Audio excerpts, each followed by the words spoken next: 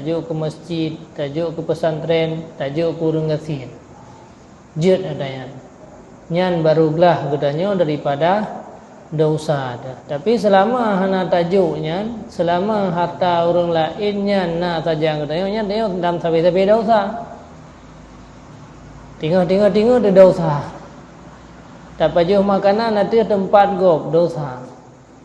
Sampai mati katanya pakai lam le keturunan kita nya dalam kuburan tanya na saham. Ile siksaannya nilai gara-gara anak katanya nak kenubah ada katanya tapi kenubah barang yang haram.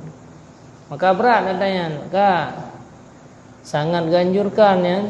Sebelum mati katanya kan baiknya harta gop yang tak kubah ke anak cu katanya tobat katanya.